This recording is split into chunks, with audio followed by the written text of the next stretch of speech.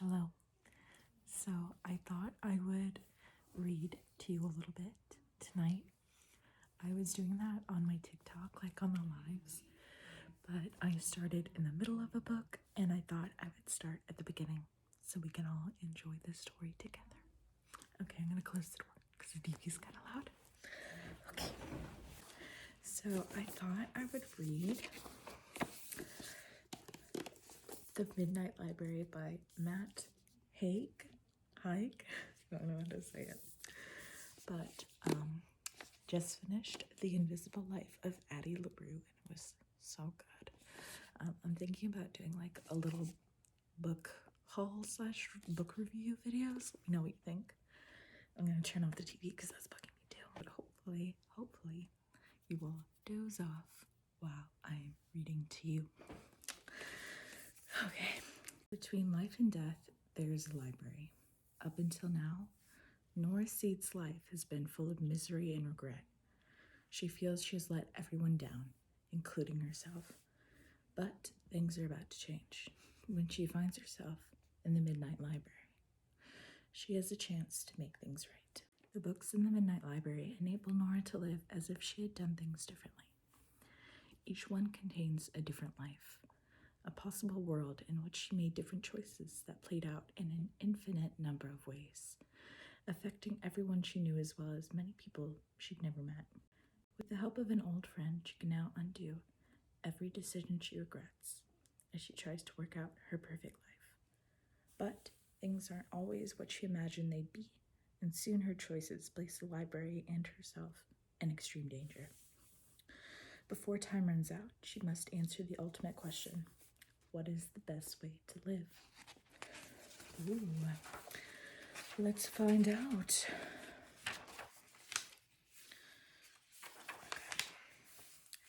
And they have a little inscription at the beginning by Sylvia Plath, which I've never read. The Bell Jar. Have you? Is it worth reading? I can never be all the people I want and live all the lives I want. I can never train myself in all the skills I want. And why do I want? I want to live and feel all the shades, tones, and variations of mental and physical experience possible in my life. That reminds me of a quote by, gosh, what's his name? Oh, it's gonna drive me insane. What is his name? Anyways, the quote goes, I can feel my bones breaking underneath the weight of all the lives that I'm not living. And that just stuck with me. I'm like, oh my God. Yes. Okay.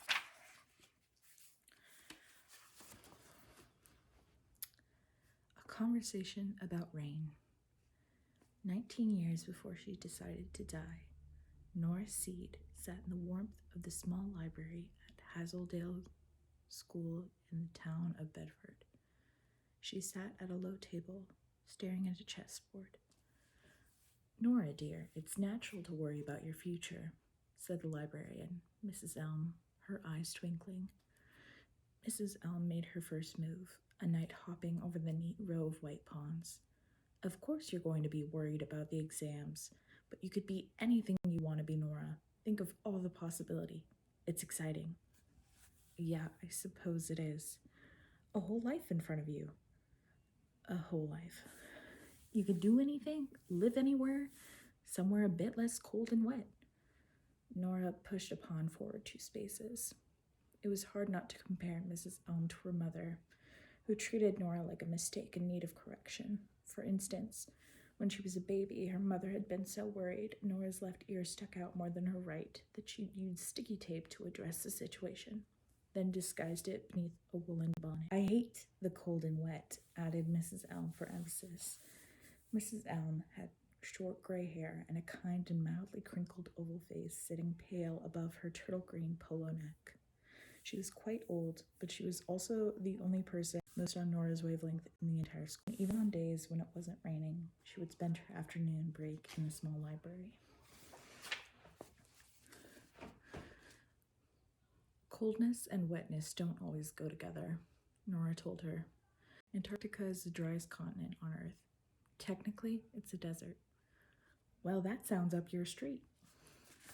I don't think it's far enough away. Well, maybe you should be an astronaut. Travel a galaxy. Nora smiled. The rain is even worse on other planets. Worse than Bedfordshire? I don't know why I've made her country accent. Oh, on Venus, it's pure acid. Mrs. Elm pulled a paper tissue from her sleeve and delicately blew her nose. See, with a brain like yours, you can do anything. A blond boy Nora recognized from a couple of years below her ran past outside the rain-speckled window, either chasing someone or being chased. Since her brother had left, she'd felt a bit unguarded out there. The library was a little shelter of civilization. Dad thinks I've thrown everything away. Now I've stopped swimming.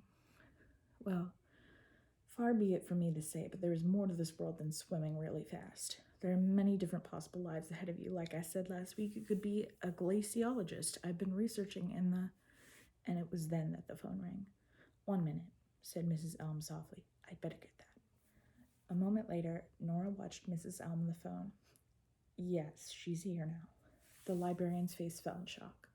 She turned away from Nora, but her words were audible across the hush room. Oh no, oh my God. Of course. It says 19 years later. The man at the door. 27 hours before she decided to die, Nora Seed sat on her dilapidated sofa, scrolling through other people's happy lives, waiting for something to happen. And then, out of nowhere, something actually did.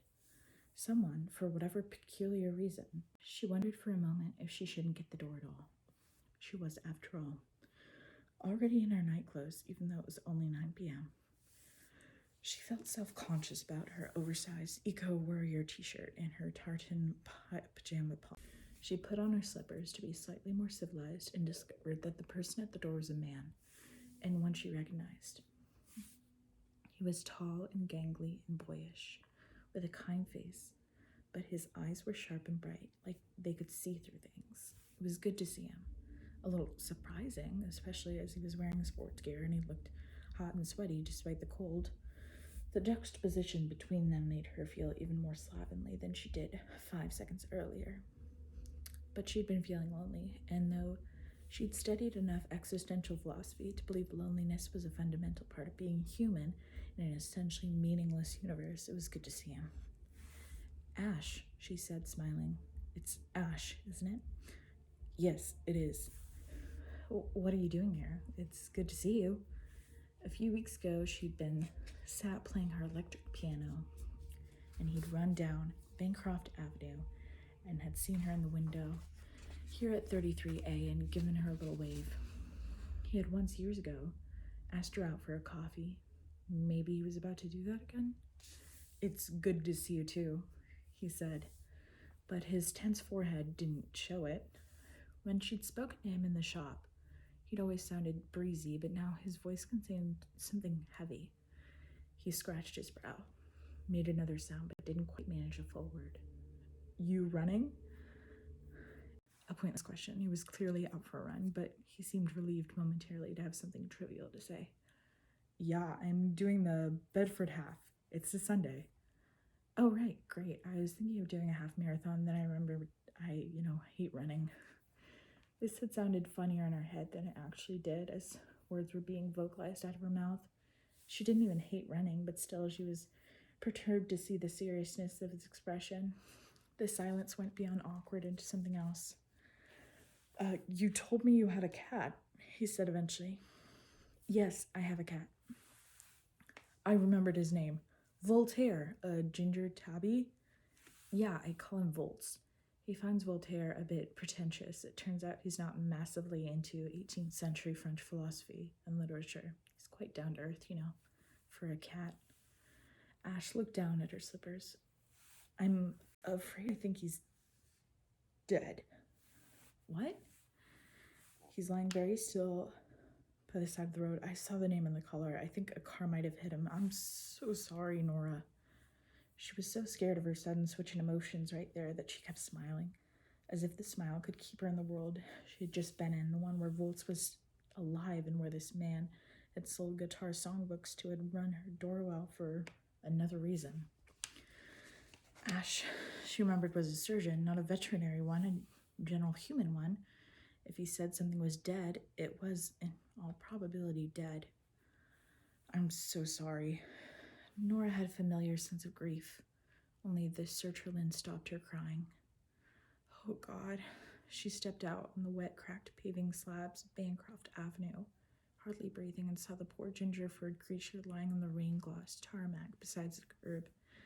His head grazed the side of the pavement, and his legs were bags of a mid-gallop, chasing some imaginary bird. Oh, Volt. Oh, no, God. She knew she should be experiencing pity and despair for her feline friend, and she was, but she had to acknowledge something else as she stared at Voltaire's still and peaceful expression.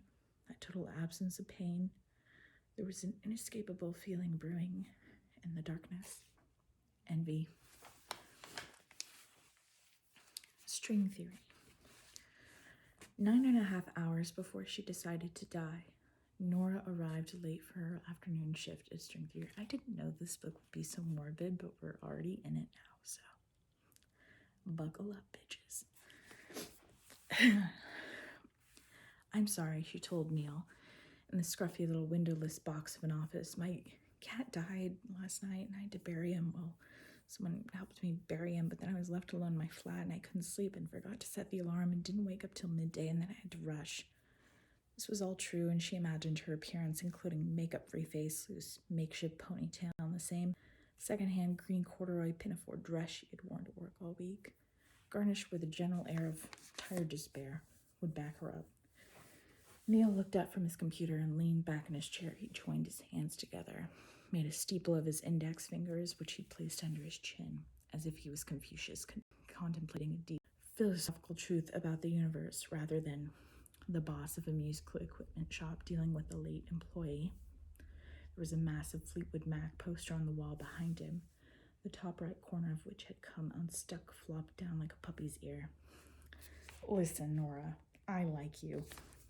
Neil was harmless, a 50-something guitar aficionado who liked cracking bad jokes and playing passable old Dylan covers live in the store. And I know you've got mental health stuff. Everyone's got mental health stuff. You know what I mean. I'm feeling much better, generally, she lied.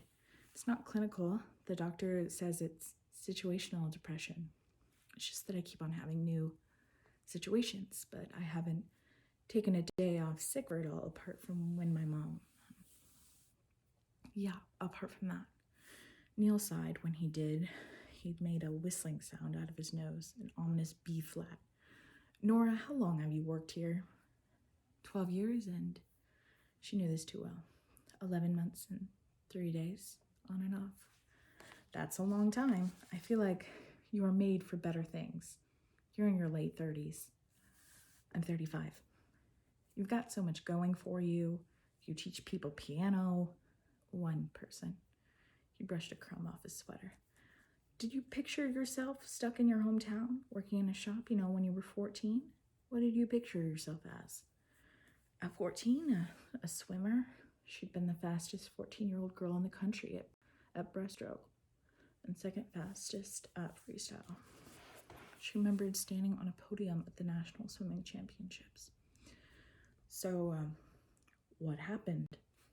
She gave the short version. It was a lot of pressure.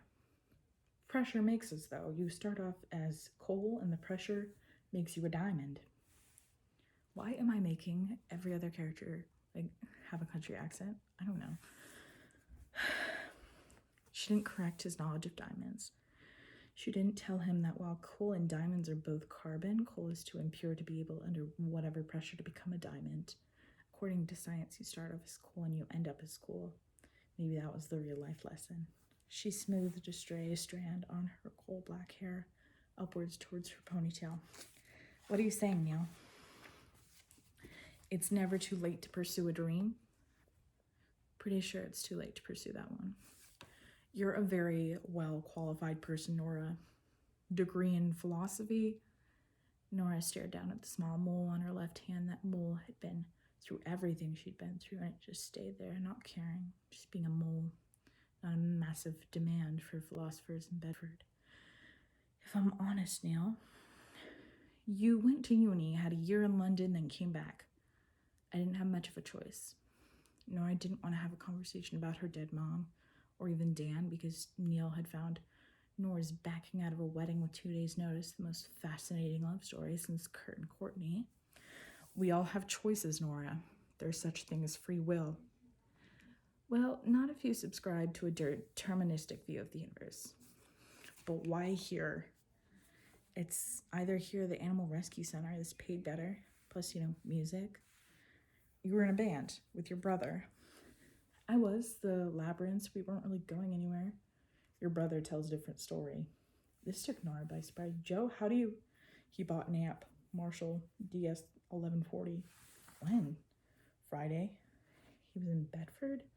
Unless it was a hologram like Tupac. He was probably visiting Ravi. Nora thought Ravi was her brother's best friend.